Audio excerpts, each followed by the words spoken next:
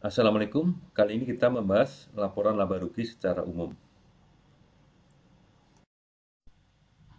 Pada dasarnya, terdapat 3 laporan keuangan yang formal, yaitu neraca atau laporan posisi keuangan, laporan laba rugi, dan laporan arus kas. Sebagai tambahan, ada laporan perubahan ekuitas yang jarang dibahas. Laporan laba rugi pada dasarnya adalah laporan yang menggambarkan kinerja yang berupa laba dari sebuah perusahaan, terdiri dari pendapatan dan biaya. Kalau pendapatan lebih tinggi dari biaya, maka diperoleh laba.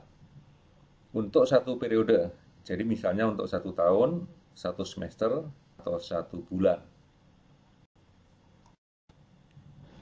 Format laporan laba rugi ada 2 macam. Yang pertama adalah format akuntansi, yang kedua adalah format analisis atau format alternatif. Format akuntansi biasa kita temui di koran, laporan resmi yang ditandatangani akuntan adalah format akuntansi. Nah, format akuntansi ini juga ada variasi antar perusahaan, walaupun kemiripan selalu ada, tapi tidak 100%. Untuk perusahaan jasa, formatnya lebih sederhana. Yang kedua adalah format analisis, seperti EBIT, EBITDA, dan seterusnya. Itu lebih mudah untuk proses analisis seperti rasio dan valuasi. Khusus kali ini kita akan membahas untuk format akuntansi saja. Format analisis kita bahas dalam video yang berbeda.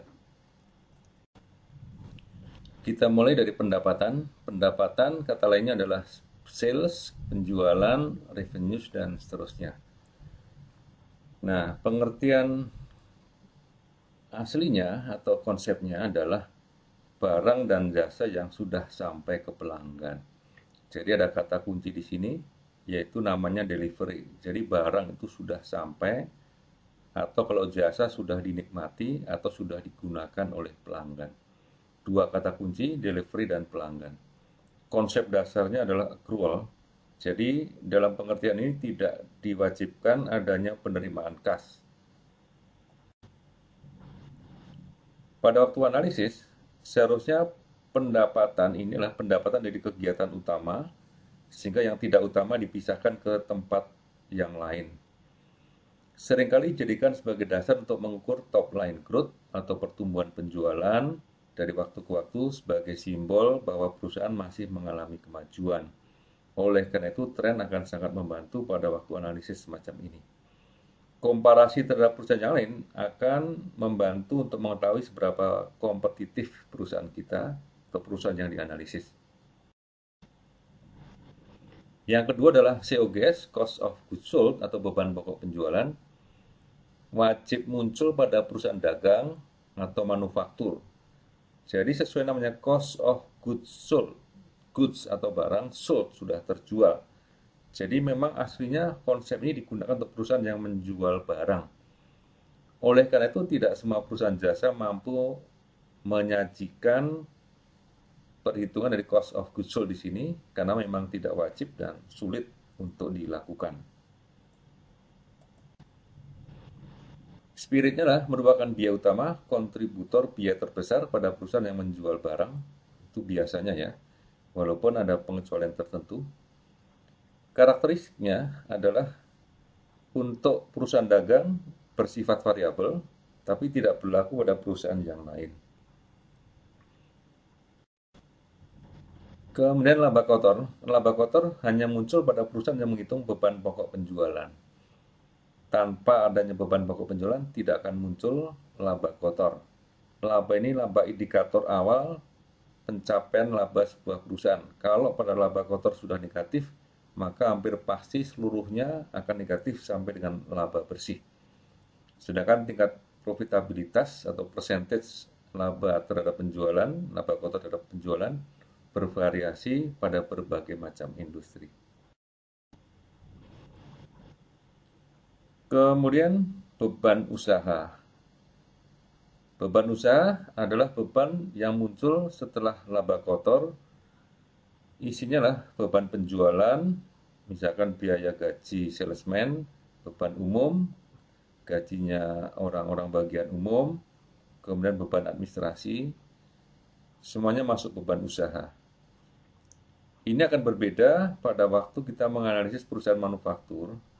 Jadi kalau untuk perusahaan manufaktur, maka beban usahanya akan lebih sempit dibandingkan perusahaan dagang. Kalau perusahaan dagang, di luar biaya beban pokok penjualan akan masuk beban usaha. Sementara perusahaan manufaktur, untuk semacam gaji orang pabrik sudah masuk di beban pokok penjualan. Istilah lainnya adalah beban operasi dan selalu ada pada laba rugi baik perusahaan yang berbentuk dagang, manufaktur ataupun jasa. Kadang-kadang muncul nama lain seperti R&D, Research and Development, pada jenis usaha tertentu, seperti perusahaan yang berbasis riset seperti farmasi. Nah, untuk perusahaan jasa formatnya agak berbeda. Jadi, beban usahanya ini akan muncul namanya natural sesuai nama posnya, seperti beban karyawan, penyusutan, perawatan alat, dan seterusnya. Jadi karakteristik beban usaha dari jasa memang sedikit unik. Setelah laba kotor dikurangi beban usaha, muncullah laba usaha. Seharusnya merupakan laba utama dari sebuah perusahaan, sehingga mestinya merupakan kontributor terbesar dari laba bersih. Kemudian yang lain-lain. Yang lain-lain ada dua macam, bisa positif pendapatan lain-lain atau negatif, yaitu biaya lain-lain. Selalu ada pendapatan atau biaya lain-lain ini, walaupun jumlahnya bervariasi. Mestinya tidak besar, karena kalau besar menjadi pertanyaan, seharusnya yang besar sudah masuk pos yang lain. Kadang-kadang muncul pengecualian, misalnya suatu kondisi perusahaan yang mengalami masalah tertentu, maka bisa jadi pos ini akan menjadi besar.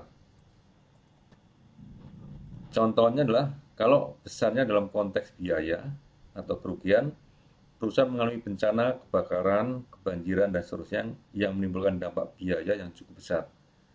Kemudian dalam pengertian positif, menjual aset tetap atau menjual afiliasi atau anak, memperoleh laba atau gain yang sangat besar, sehingga pada tahun itu nilainya akan besar. Perlu dicatat di sini bahwa yang sesaat itu bukan bagian utama dari kinerja sebuah perusahaan. Sebagai bonus, ya, maksudnya adalah diperlakukan sebagai tambahan saja dan bukan merupakan karakteristik dasar dari sebuah perusahaan. Kemudian laba bersih. Inilah laba yang terakhir, merupakan seluruh laba. Ini akan dibagikan kepada investor, kalau dibagi namanya dividen, kalau tidak dibagi namanya saldo laba. Pada waktu menganalisis, mohon tidak dipisahkan laba bersih dan laba usaha, karena kontributor dari laba bersih mestinya adalah laba usaha yang paling besar, bukan dari yang lain-lain. Kalau sampai yang lain-lain itu lebih dominan, berarti ada sesuatu yang terjadi pada tahun tersebut. Pada waktu melakukan proyeksi laporan keuangan, pos-pos yang lain-lain tadi seringkali masuk ke dalam kelompok non-recurring atau non-operating yang perlu perlakuan secara khusus. Perlakuan secara khusus akan dibahas dalam tempat yang berbeda.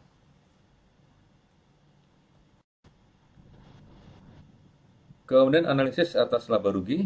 Jadi ada 3 hal yang perlu dilihat: penjualan, laba bersih, dan laba usaha. Secara umum kita bisa melihat secara vertikal, melihat semua pos relatif terhadap penjualan dibikin atau dibuat secara percentage, laba terhadap penjualan, beban pokok terhadap penjualan, dan seterusnya. Kemudian common size, perbandingan dalam percentage antar waktu untuk melihat seberapa berbeda karakteristik atau struktur biaya misalnya antara tahun ini dan tahun sebelumnya. Yang terakhir, analisis rasio, yang melihat tingkat profitabilitas pada berbagai macam level, gross profit margin, operating profit margin, dan net profit margin. Nah, pada waktu analisis kita pada dasarnya melakukan perbandingan, bisa perbandingan terhadap rencana, terhadap tahun lalu, atau malah rata-ratanya. Kalau dua yang pertama adalah analisis internal, sedangkan membandingkan dengan rata-rata industri adalah analisis eksternal. Termasuk nanti kalau ada benchmark atau perbandingan dengan regulasi tertentu, itu adalah analisis eksternal terkait dengan laba rugi.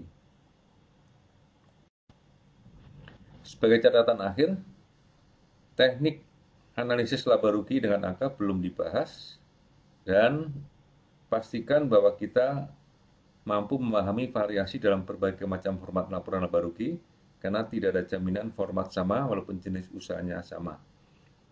Bagian yang perlu dilihat lebih awal adalah penjualan, laba usaha, dan laba bersih. Analisis kuantitatif atas laba rugi akan dibuat dalam video secara terpisah. Baik, sampai di sini. Wassalamualaikum warahmatullahi wabarakatuh.